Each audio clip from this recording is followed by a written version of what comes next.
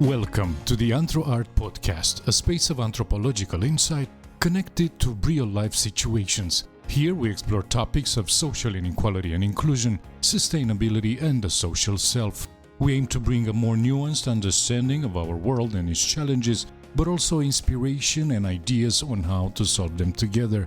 We hope you enjoy it.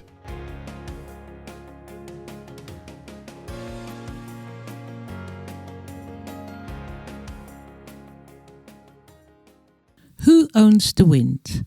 Pathways to reconnect communities with wind energy in the Netherlands.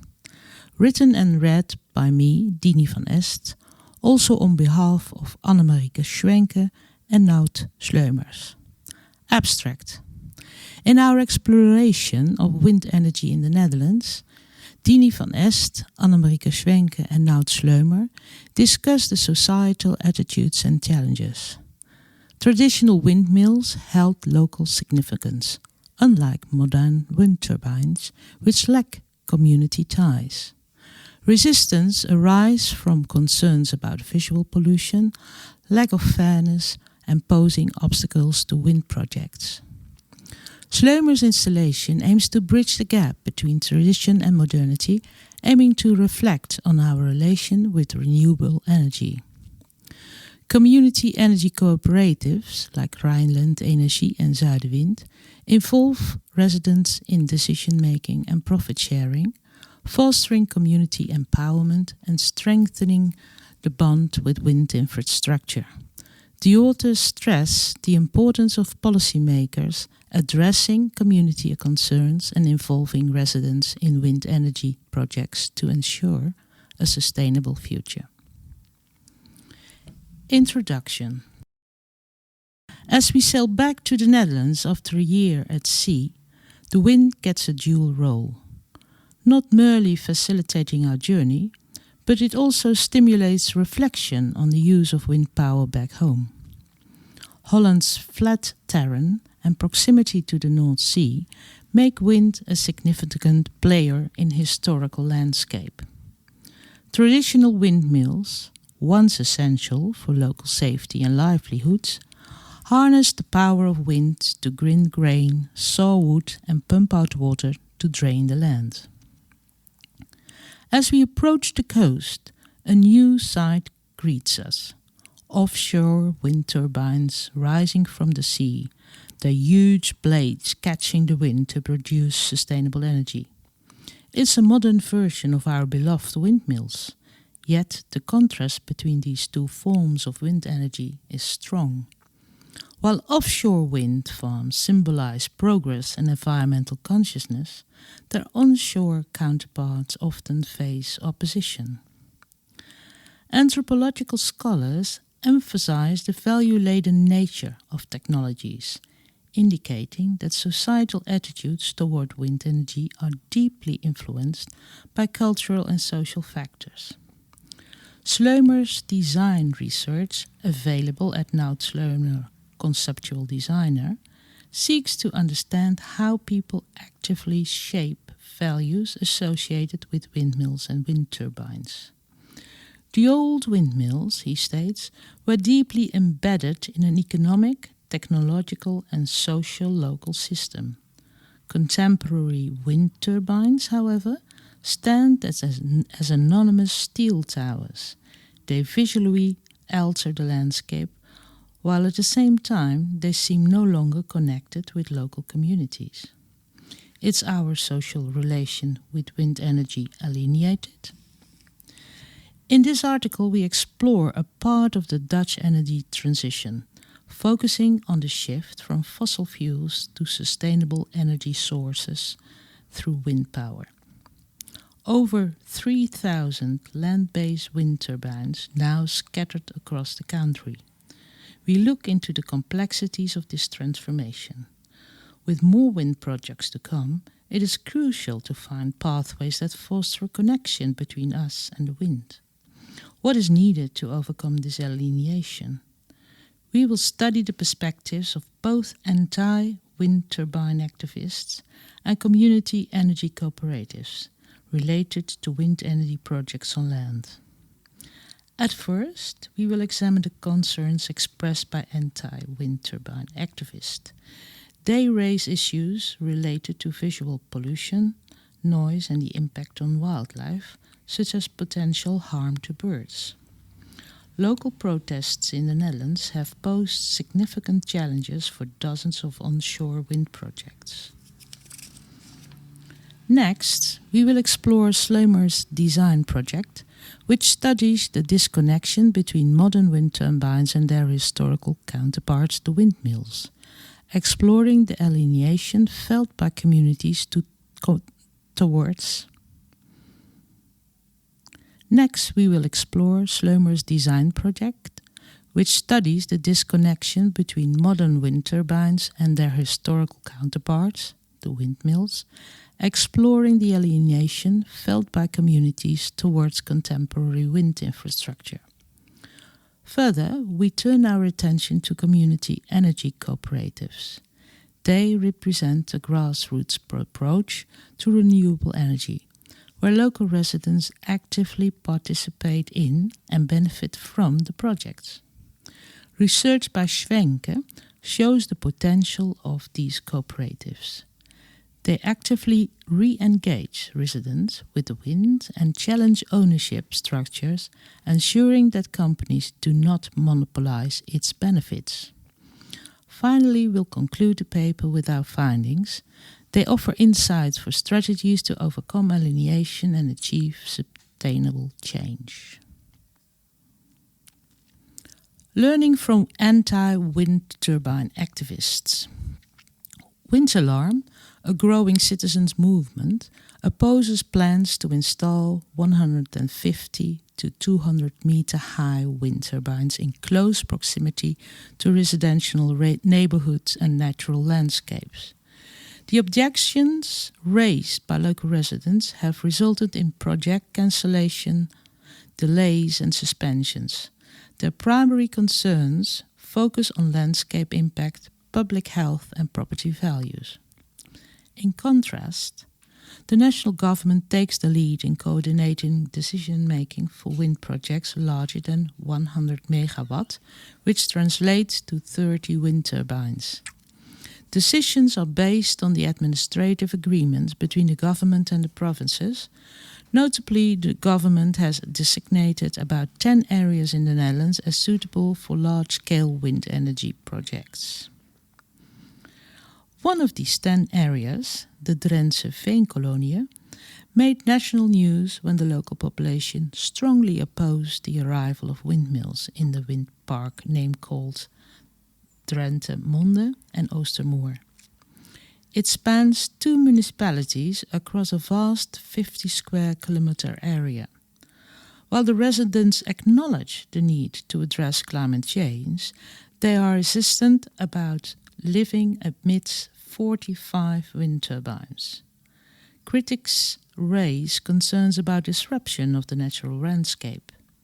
The Veenkoloniën are flat and open. You cannot escape the dominant image of wind turbines, the shadow cast and its noise. The positive economic effects of wind turbines benefit only a limited number of residents, while the negative effects affect the majority. The positive economic effects of the wind turbines benefit only a limited number of residents, while the negative effects affect the majority. This has an impact on the social economic structure. Residents also feel unheard by decision makers not addressing their concerns. The notion that resistance to wind turbines can be mitigated through better information and by allowing local residents to share the benefits, approaches that have worked elsewhere, does not seem effective in Drenthe. As articulated by one of the activists, money won't solve this issue. Anti-wind activists in the Drentse Veenkolonie persistently continue their protest. Their opposition is manifest through protests, public meetings, petitions and legal battles. In his documentary, Headwind, the Sorrow of the Veenkolonie, Vlaanderen shows the consequences when the concerns of citizens, such as visual pollution and noise, are disregarded in favor of what is often termed as bulldozer politics. Through his work, Vlaanderen underscores the importance of participatory governance and the need for decision-makers to Through his work, Vlaanderen underscores the importance of participatory governance and the need for decision-makers to prioritize the interests and concerns of those directly impacted. A design approach to rethink the relation with the wind. Sleumer's premise centers around wind turbines as a crucial solution for combating climate change and promoting sustainable energy. However, as a designer, he seeks to understand how this solution can better align people's needs. To address and understand the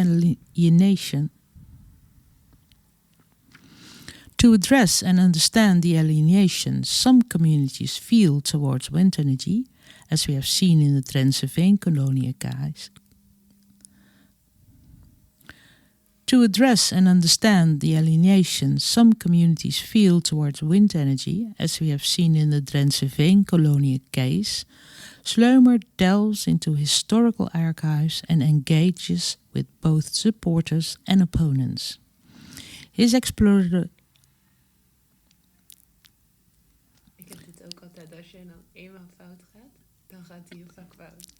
exploration of the contrast between traditional windmills and modern wind turbines informed his design research. Ultimately, Sleumer design research aims to foster how we can collectively reconnect with wind energy, considering both technological, economic, and social-cultural aspects.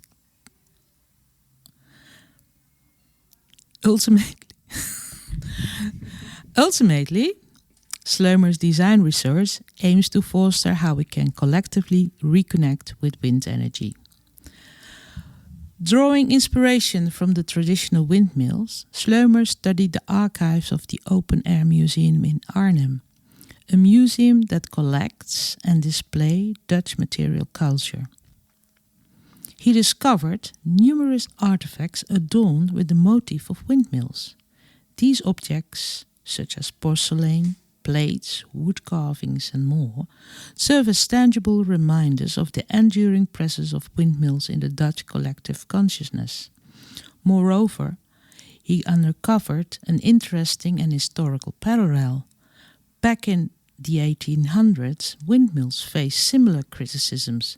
They were considered horizon polluted, generated excessive noise and emitted odors. These concerns mirror the contemporary debates and protests surrounding modern wind turbines. It's a clear reminder that public perception of technological interventions in the landscape often follow a cyclical pattern echoing across time. Further, Sleumer delves into the contrast between contemporary wind turbines and traditional windmills. Modern wind turbines are typically owned by private companies or utility providers. They stand as anonymous steel towers.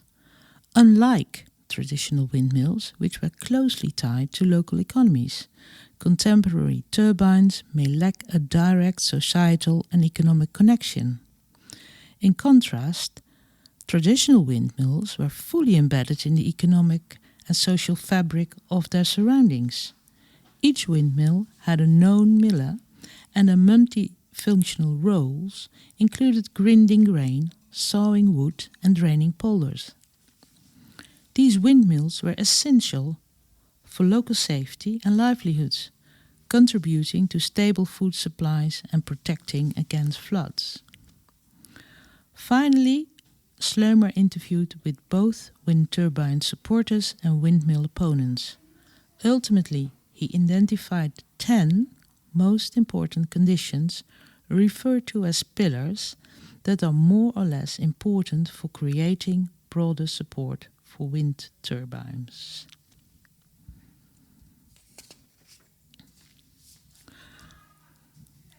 First pillar, visual impact. Assess the design, height and size of the wind turbines. 2. Ecological impact. Consider the positive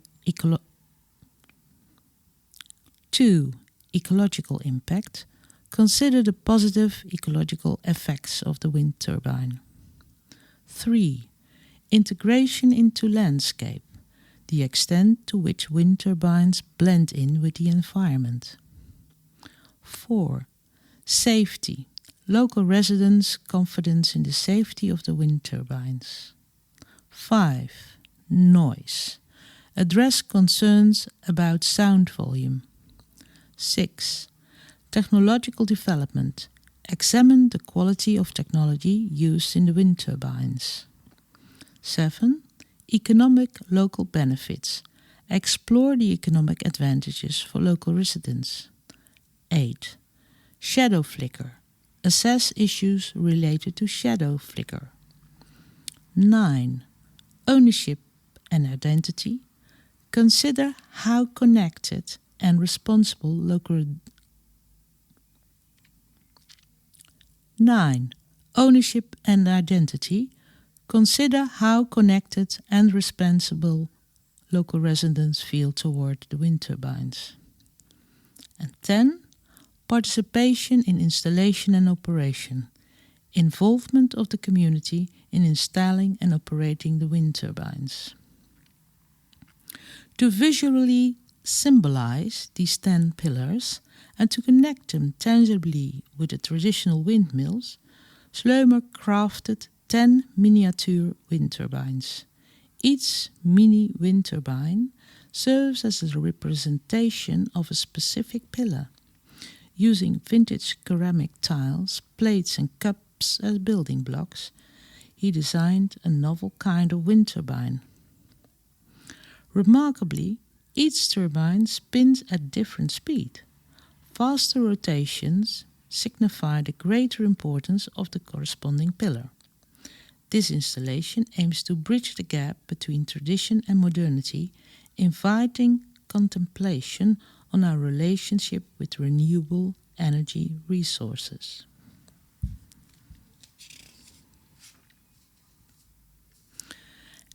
Energy cooperatives can help to break the alienation. Indeed, the 10 pillars identified by Sleumer resonate with existing practices within energy cooperatives. Energy cooperatives are collective organizations formed by local residents, businesses or community members with the goal of advancing sustainable energy initiatives. Below, 2 examples will show that these cooperatives address the challenges associated with wind turbines in practice and connect residents to the wind again through ownership. These 2 cases are part of a bigger movement of 714 energy cooperatives which are actively engaged in nearly 89% of the country's municipalities. About 105 initiatives are working on collective wind energy projects. The majority of wind farms belong to local farmers, public partners and private companies. In 2023, 5% of Dutch on-land wind is cooperatively owned. In 2024, 5% of Dutch on-land wind is cooperatively owned. Case 1. Rijnland Energy and Zuidenwind, the first fully cooperative wind turbines in the Holland-Rijnland region. Along the highway, near Leiden-Zoeterwoude, sustainable energy is generated by 2 windmills, the Watergeuze. These windmills have over 600 owners. All these people, originating from the surrounding communities, could buy Watergeuze shares for €250 each, as a member of a local cooperative. With this money, the Rijnland Energy Cooperative acquired the turbines in 2022. As a result, the windmills are now 100% cooperatively owned. As co-owners, local residents have a say in turbine management and share in the profits generated by renewable energy. Any additional earnings will be allocated through the affiliated cooperatives to support local sustainable projects. The yearly production is around 8,800 megawatt, enough for 3,300 households. They save more than 5,000 tons of carbon dioxide. Residents interviewed gave the following statements for their active involvement. I grew up on a farm in Zoeterwoude. I am actively involved in more than 10 cooperatives across the Netherlands. I believe that energy cooperatives empower local communities, promote renewable energy, and create a sense of ownership among members. I visit general member meetings or read their annual reports in order to learn from other cooperatives and bring that knowledge to Rijnland Energy. I view the energy transition as something positive. My ancestors were paid diggers, millers, electricians and oil farmers. Their life stories bear the marks of ever-evolving energy systems. Energy is always changing, something we've somewhat forgotten. Now we find ourselves in the midst of such a transition once again, and that's a good thing. When the wind blows, I always think, de watergeuzen always. When the wind blows, I always think, the watergeuzen also run for me and my grandchild, who also has a share. One day he will get pocket money from the wind. By naming the wind turbines, they are no longer anonymous structures. These turbines, named after the watergeuzen, who played an important role in the Dutch struggle for independence during the 80 years of war, now bear a strong link to our national and local history. In 1574, the watergeuzen were stationed at the current location of the wind turbines near the Pape Lake, ready to liberate the city of Leiden from Spanish occupation. The annual celebration of the relief of Leiden on the 3rd of October further reinforces this historical connection. According to the chairman of the cooperative, people realize that they can have an impact on the energy transition. Why leave everything to the government and the market when we can manage our affairs better ourselves? The wind belongs to all of us, and it's wonderful if we can all benefit from it. Case 2. Zuidenwind, a cooperative with 5 wind turbines and 2 community funds.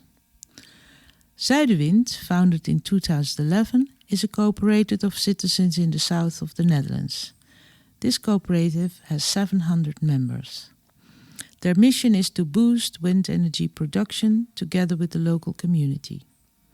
Zuidenwind owns 5 community wind turbines, and profits directly benefit the shareholders as well as the region, setting them apart from commercial developers.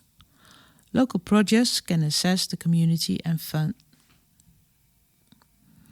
Local projects can assess the community fund and a sustainability fund. Examples of projects already financed by these funds are a community center that was made energy neutral, asbestos roofs were replaced by solar panels, and the safety of a local intersection was improved. Zuidenwind's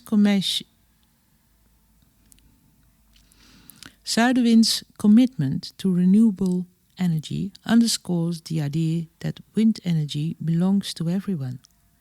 The cooperative aims to supply the sustainable energy directly to participants once the current contract with their energy companies expires. Conclusions. The following conclusions can be drawn regarding the social-cultural relationship with wind energy and potential strategies to overcome alienation. Anthropological scholars emphasize that technologies, including wind turbines, carry inherent values and judgments.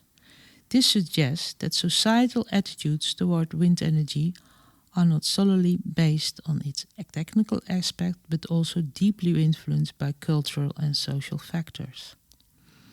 Anti-wind turbine activists express concerns over landscape impact, noise pollution and potential harm to wildlife, leading to protests and legal battles. This opposition underscores the need for policymakers and developers to address community concerns and involve local residents in decision-making processes. Sleumer's design research highlights a perceived alienation from modern wind turbines compared to the traditional windmills deeply embedded in Dutch culture. This alienation stems from factors such as visual impact in the landscape, lack of local economic ties, and a disconnection between communities and modern wind infrastructure. Sleumer's design approach aims to bridge the gap between tradition and modernity by reimagining the social-cultural connection with wind energy. By visually symbolizing key pillars of support for wind turbines and connecting them with traditional windmill motifs, Sleumer seeks to foster collective reconnection with renewable energy resources.